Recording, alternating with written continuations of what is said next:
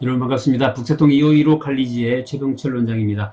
부의 인문학 지금 계속해서 보고 있는데요. 이번 시간은 과연 우리가 투자를 해야 된다고 치면 어디에 해야 하느냐라고 하는 것에 대해서 배워볼 수 있는 부의 법칙들만 제가 쭉 한번 썸머리를 해봤습니다. 이 내용을 좀 참고하신다면 앞으로 어디 투자를 하실 때 많은 도움이 될 거라는 생각이 들고요. 자, 먼저 한번 보면 슌페터와 파레토라고 하는 사람들을 인용하고 있고, 그리고 이제 마르크스도 등장을 하고 여러 경제학자들이 이제 등장을 하게 됩니다. 이 챕터에서. 그러면서 이제 부의 원칙들에 대한 이야기를 해주는데, 서울의 강남 아파트 값이 계속해서 올라가는 것은 기본적으로 과시욕에 근거한다, 이렇게 이야기를 합니다. 사람들이 가지는 과시욕, 이것을 과시하지 마라, 뭐 과시하는 것은 좋지 않다, 뭐 이렇게 이야기할 일이 아니고, 과시를 하는 것 자체가 우리가 살아있다라는 증거다. 그러니 그 본능적인 요소들에 근거해서 투자를 해야 한다라는 이야기를 지금 하고 있는 것이죠. 이 양반은, 이 저자는 부의 본능이라고 하는 책을 쓴 사람이기도 합니다. 혹시 나중에 기회가 되면 이 부의 본능이라는 책도 같이 한번 다뤄보도록 그렇게 하겠습니다.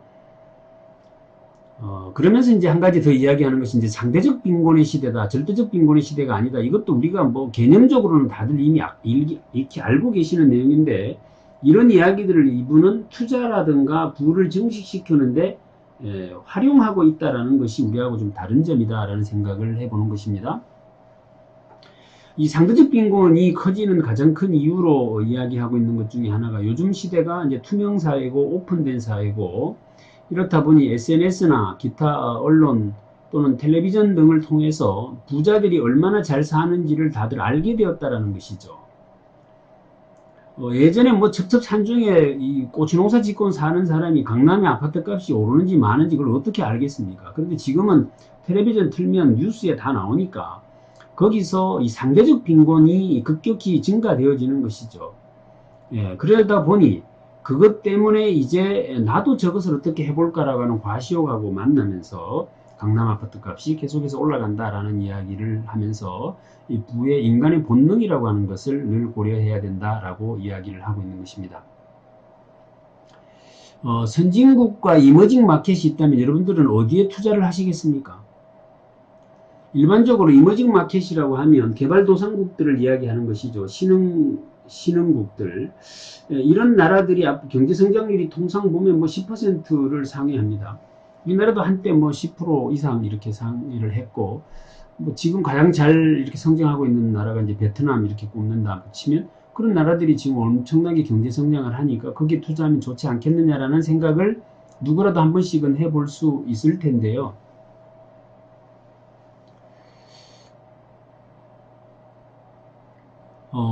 제가 이걸 주변 사람들한테 한번 물어봤습니다. 어디에 투자하시겠습니까? 그랬더니 대부분 이머징 마켓에 투자를 하는 게 좋지 않겠습니까? 이러더라고요.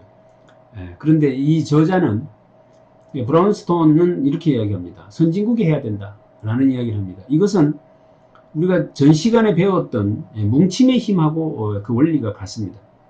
결국엔 노동과 자본이라고 하는 것은 누구라도 투입할 수 있고 대체 가능하지만, 지식과 기술이라고 하는 것에 의해서 지금 부가 창출되는 세상이다. 그러니 이 지식과 기술이라고 하는 것들은 어디에 있느냐 하면 선진국에 있다.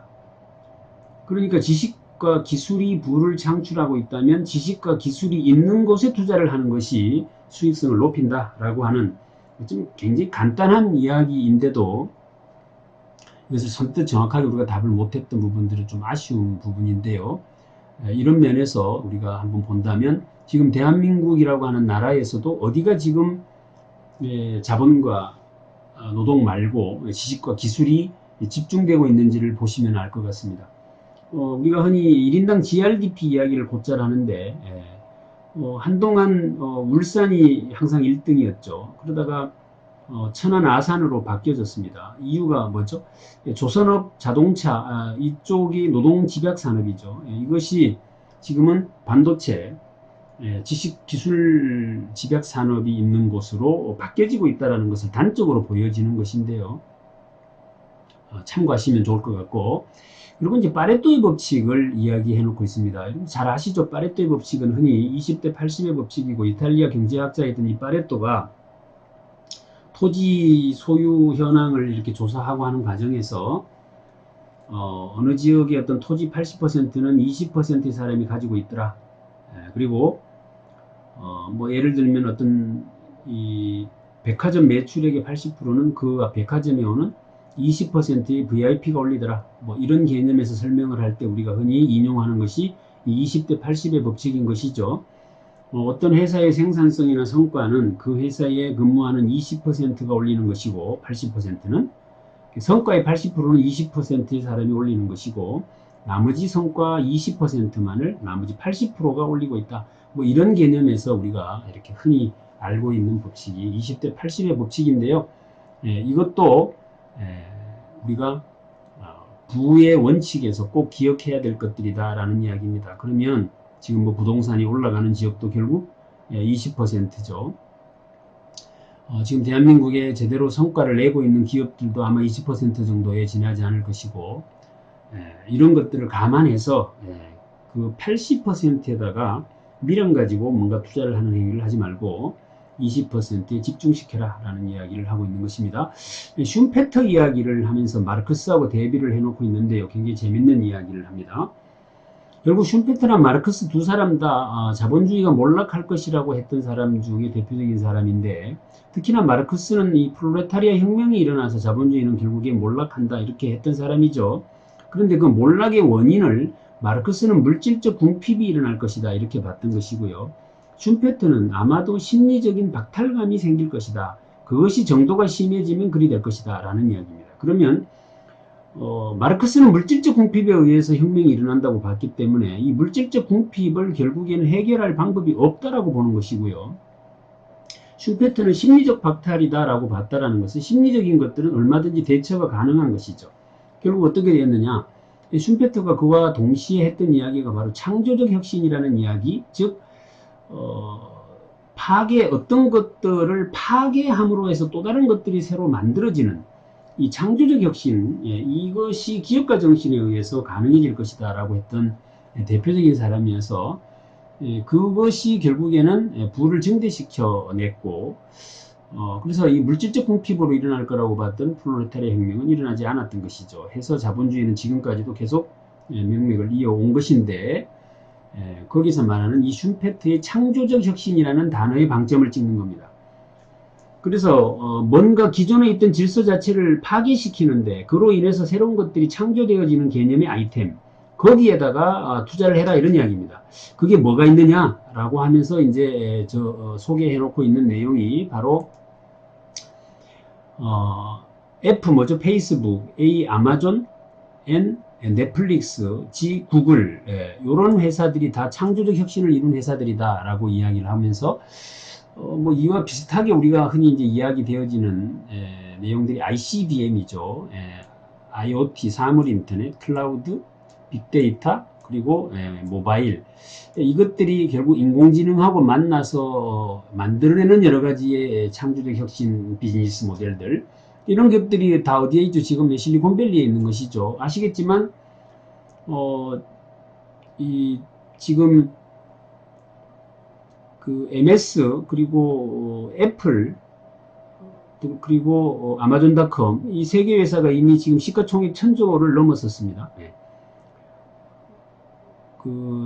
결국 이제 이런 일들이 벌어진다. 그런 회사에다가 투자를 해라. 뭐 이런 개념에서 설명을 하고 있는 내용이었습니다. 그래서 결국 경제학자들이 이야기하는 이론이라고 하는 것을 가져다가 자기가 어떤 투자 행위를 하고 부를 증식시키는데 이렇게 했다라고 하는 것이 좋다라고 하는 이야기를 이렇게 계속해서 하고 있는 것입니다. 자, 다음에 투자의 법칙을 지금 계속 우리가 공부를 하고 있는 것인데요. 한번 보도록 하겠습니다. 이 쿠츠네츠 곡선이라고 하는 것을 가지고 이 피케티라는 사람하고 논박을 시키면서 이야기를 전개해 가고 있는데 굉장히 재미가 있었던 것 같아요. 제가 읽으면서. 제가 아마 3년 전인지 4년 전인지 기억이 정확하지 않은데요. 그때 2008년도에 금융위기가 일어나면서 결국 자본주의는 멸망했다라는 이야기가 굉장히 공감을 받았습니다.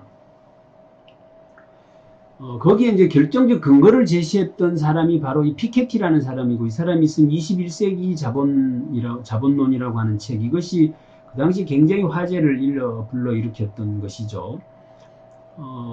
이분이 이제 미국에서 공부를 하신 분임에도 불구하고 그들이 이제 미국 학문에서 쓰는 통계적 기법 또는 데이터를 기반으로 하는 이런 여러 가지 이론들에 그대로 써서 그네들의 주장들을 여과 없이 반박을 해서 굉장히 이슈가 되었던 건데요.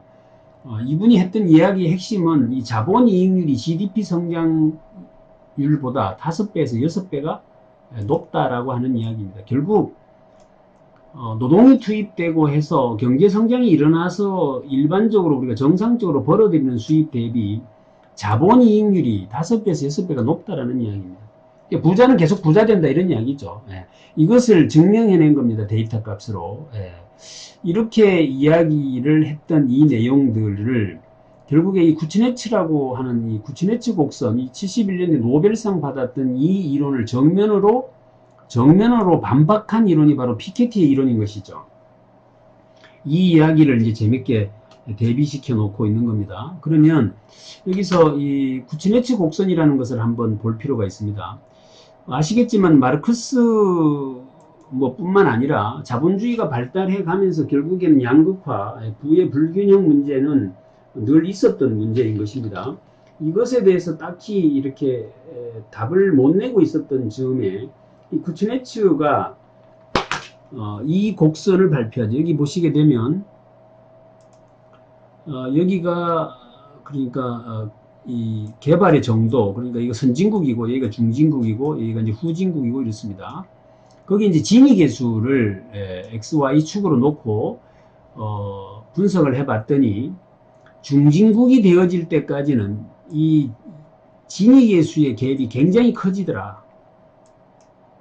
이게 이제 자본주의 문제점으로 드러난다. 하지만 선진국으로 갈수록 이 갭이 줄어들더라라고 하는 것을 발표한 겁니다. 이 이론이 그나마 이제 자본주의의 여러 가지 문제점들을 피해가게 하는 굉장히 이론을 제시한 것이 되니까 이것을 기초로 해서 노벨상을 받았다라는 것이죠. 그러면 선진국이 되면 불평등 구조가 줄어들고 이렇게 해야 하는데 이게 그렇지 않더라라고 하는 이야기를 지금 누가 한 겁니까? 이 피케티가 증명을 해낸 것이죠. 이 이야기를 하는 겁니다. 그래서 이 이야기를 이제 이 저자가 지금 하고 있는 것은 결국 이 자본이익률이라고 하는 것이 부를 더 증대시킨다라고 하는 이야기를 주장하는데 쓰고 있기도 하지만 또 그것 때문에 이 피케티가 주장했던 것이 고소득세와 자본소득세를 전 세계에서 동시에 부과하자라는 이야기를 합니다. 왜? 이게 동시에 부과하지 않으면 이게 이제 피해 다니게 되니까 전 세계가 동시에 고소득자들에게 이런 소득세를 부과하자라고 하는 이제 고소득세를 부과하자라고 하는 주장을 했고 이것이 상당히 이제 나라마다 채택을 해서 정책에 반영도 되고 이렇게 했던 것이죠. 그렇게 했는데 그것이 결국 어떻게 되었다? 그렇게 했더니 다른 나라로 이렇게 피신을 해버린다거나 이런 일들이 벌어져서 결과적으로 원하는 것을 얻어내지 못했다라는 이야기를 하면서 거기에 이제 인간의 본성에 대한 이야기를 곁들여서 이렇게 진행을 하게 됩니다. 그 인간 본성에 대한 이야기를 함에 있어서 이분이 이제 한비자 이야기를 하고 있는데요. 한비자 이런 이야기가 나오죠. 어떤 사람은 우리가 징그럽다고 하는 그 뱀장어를 어떤 사람은 그냥 아무렇지도 않게 만지죠. 왜 그러냐? 그것을 만져서 잡아서 갖다 내다 팔면 그게 자기에게 수익이 되니까 이익이 되니까 그 사람에게 그 징그러운 것이 아무렇지도 않은 것처럼 느껴지는 것이 바로 인간이 가지는 본성이다라고 하는 것입니다. 그래서 마차를 만드는 사람은 기본적으로 사람들이 다 부자가 되었으면 좋겠다고 생각을 한다는 것이죠. 왜 그렇습니까? 그래야 마차를 많이 살 거니까. 그런데 관을 만드는 사람은 사람들이 자꾸 죽어야 좋습니다. 그래야 관이 많이 팔리니까요. 그러면 관을 만드는 사람은 악한 사람이고 마차를 만드는 사람은 착한 사람이냐? 그렇지 않다는 겁니다. 다 자기 이익에 근거해서 움직이는 것이다. 그것이 인간의 본성이다 라고 하는 것을 이야기하는 겁니다. 그래서 이런 것들을 감안해서 투자를 해라 라고 하면서 가장 높은 수익률에 대한 비교치를 예를 들고 있는데요. 그게 뭐냐면 여러분들 교육 투자 수익률이 얼마나 되는지 혹시 계산해 본 적 있으십니까? 내가 학교 다닐 때까지 들어간 돈 다 계산하시고 내가 그 뒤로 벌어들이는 수익까지를 한번 이렇게 계산을 해 보신다면 이분이 이렇게 책에 써놓은 걸로 보면 교육 투자 수익률이 가장 높다고 합니다. 15%, 주식이 7%, 부동산 3% 정도다. 그러니까 교육에 투자하는 것이 가장 좋다. 우리나라 대학 졸업자가 고졸자보다 평균 평생 3억 5천만 원 정도를 더 벌더라. 이거 2012년도 데이터인가 그렇습니다. 그러니까 지금 한 4억 이상 이렇게 더 많이 벌겠죠. 뭐 그럼 이런 반론을 제기할 수도 있겠습니다. 그러면 고등학교나 대학 고등학교밖에 안 다닌 사람이 대학 갈 때 썼던 그 돈 지금 한 2억 가까이 들죠. 그 2억 가까운 돈을 쓰지 않고 투자를 했다면 그 정도 차이는 많이 할 수 있지 않겠습니까? 라고 이야기할 수 있겠지만 문제는 뭡니까? 실행하지 않는 것이죠.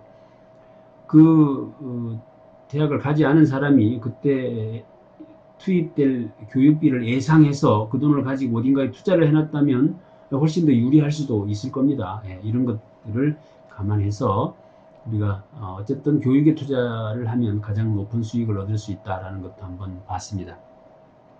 제가 이런 이야기는 이제 우리 젊은 학생들한테는 곧잘 하는데요. 여러분들 1억 할 때 그 1억을 한문으로 한번 써봐라 이렇게 이야기를 하면 뭐 쓰는 친구들 잘 없습니다. 그런데 한문으로 보시게 되면 이 1억이라고 할 때 억자는 이게 사람인변에 이게 뜻의자죠. 뜻의자. 그래서 사람이 뜻을 가져볼 만한 돈 이걸 1억이라고 이야기합니다. 여러분들 아마 아시겠지만 내 주머니에 돈 1억 정도가 생기면요 이것저것 해보고 싶은 게 많아집니다.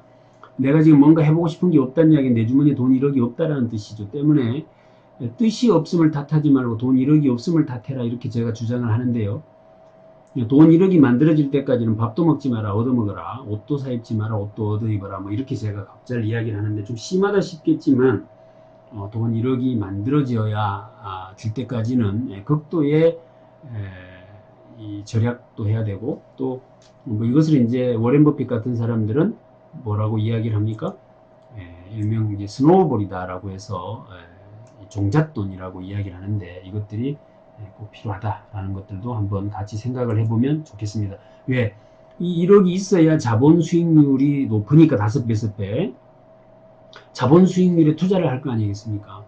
그 자본 수익률이 높으니까 사회적으로 문제가 있으니까 뭐 세금 많이 물리고 이렇게 해서 공평하게 만들자라고 주장을 해봤지만 안 되더라 그 이야기입니다. 이 책에서 하는 이야기는 그러니 그런 거를 기대하고 뭐 이렇게 뭐 대통령이 바뀌거나 정권이 바뀌면 그래 되겠지라는 생각으로 그렇게 하지 말고 그 시간에 종잣돈 모아서 그걸로 자본에 투입을 해라.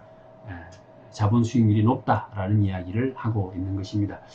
자, 지금 좀 빠르게 이 책의 이제 후반부에 나와 있는 어쩌면 이제 경제학에서 보면 거시경제학에 대한 이야기일 수도 있는데 미중 전쟁에 대한 이야기, 미중 경제 전쟁에 대한 이야기, 이로 인해서 한국의 영향을 어떻게 받느냐에 대한 이야기를 언급을 해놓고 있어서 이 부분만 요약을 빠른 속도로 좀 해드리도록 그렇게 하겠습니다. 아시겠지만 지금 우리나라가 이 무역을 함에 있어서 중국 의존도가 굉장히 높죠. 대략 1년에 우리가 중국에서 받는 무역 흑자가 대략 아마 500억 불 조금 안 되는 것으로 알고 있습니다. 반면에 미국에서 우리가 거두어들이는 흑자는 실제로 한 200억 불에서 아마 이렇게 제가 정확하게 숫자를 모르겠습니다만 200억 불 남짓에서 왔다 갔다 할 겁니다.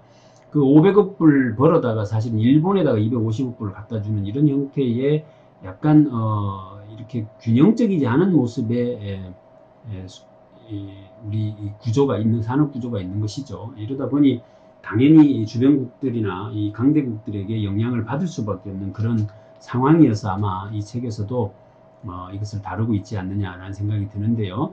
자, 미국과 중국 간에 이 지금 경제전쟁이 일어나게 된 가장 결정적인 이유를 이렇게 설명을 하고 있습니다. 미국의 이 페트로달러라고 해서 아시겠지만 식량이나 원유를 수입할 때는 반드시 달러로만 결제가 가능하도록 해놨는데 그걸 이제 페트로달러다 이렇게 이야기를 하는데 여기에 이제 중국이 정면으로 반대를 하고 나선 거죠.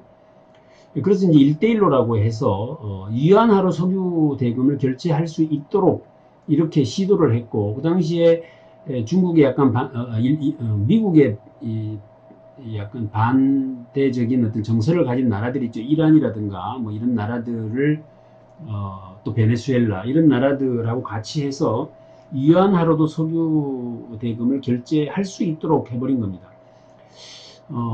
이제 이것이 대표적으로 이제 미국 페트로달러에 반항을 했다라고 보는 것이고, 또 한 가지는 2008년도에 금융위기가 일어났을 때 이 양적 확대 정책으로 중국에서 약 600조 정도를 이 철강이나 시멘트 산업에다가 쏟아붓습니다. 그러니까 이게 공급 자체가 과잉으로 형성되어져 있는데 중국 입장에서도 여기서 나오는 철강이나 시멘트를 어딘가에 소화를 해야 될 거 아니겠습니까? 그러니까 이제 1대1로라는 정책을 펴서 주변국들에다가 돈을 투자해 주면서 인프라 건설할 때 자기들 철강이나 시멘트를 이렇게 소모하도록 하는 이런 일들을 진행했던 것입니다.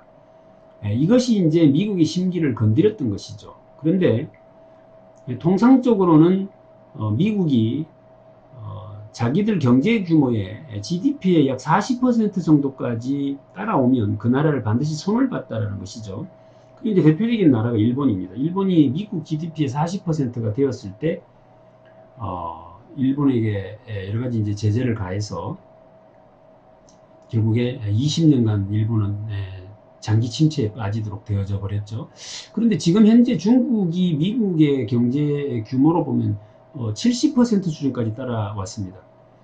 그러면 왜 그동안 뭐하고 있었느냐라는 이야기를 하는 건데요. 왜 그 70%까지 되도록 가만뒀느냐라는 이야기인데 거기에 대한 이야기를 이제 저자는 이렇게 설명을 하고 있습니다. 2008년도에 금융위기가 일어나면서 실기를 했다라는 것이죠. 제재를 가해야 될 시점에 제재를 가하게 되면 그 금융위기 극복이 어려움이 생기니까 어쩔 수 없이 그걸 방관하고 뒀다가 이런 사단까지 왔다라는 식으로 설명을 하고 있습니다. 그러면서 이제 하는 이야기가 중국의 정책에 엄청난 변화가 있다라고 이제 소개를 하고 있는데요. 도광양해라고 하는 이야기를 합니다. 그러니까 충분히 힘을 길러서 대략 어느 정도까지 보는가 하면 아마 2050년 정도 이 정도까지 도광양해해라. 이게 이제 마오쩌둥이 표방했던 정책이죠. 그러니까 실력을 기를 때까지는 자기 자신을 드러내지 않는 겁니다. 그런데 이 후진타오가 화평불기 그러니까 이제 스스로 어떻게 우뚝 선다 이런 개념에서 평화롭게 동반자적 관계로 간다라고 2인자 정책을 폈던 것이죠. 그런데 현재 시진핑은 어떻게 하느냐? 중국몽을 꿈꾼다 이렇게 이야기하는 거죠. 중국몽이라고 하면 지금 좌측 하단에 보면 뭐라고 되어 있느냐면 중국식 사회주의로 세계 강국에 도약한다라고 되어져 있습니다. 그러니까 중국식 사회주의 이게 무슨 이야기냐면 2008년도에 금융 자본주의는 이미 망했다. 그러니 이제는 사회주의 시스템을 가지고 세계를 한번 선도해 보겠다라는 야심찬 계획인 겁니다. 이게 이제 시진핑이 표방하는 중국몽의 핵심 골자인데 이 일 때문에 이제는 그것을 용인하기가 만만치 않았다라는 이야기죠. 그렇게 하면서 이제 2025년도까지 제조강국이 되겠다라고 선언을 했고 쉽게 첨단 분야에서 세계 1등을 하겠다고 선언을 하죠.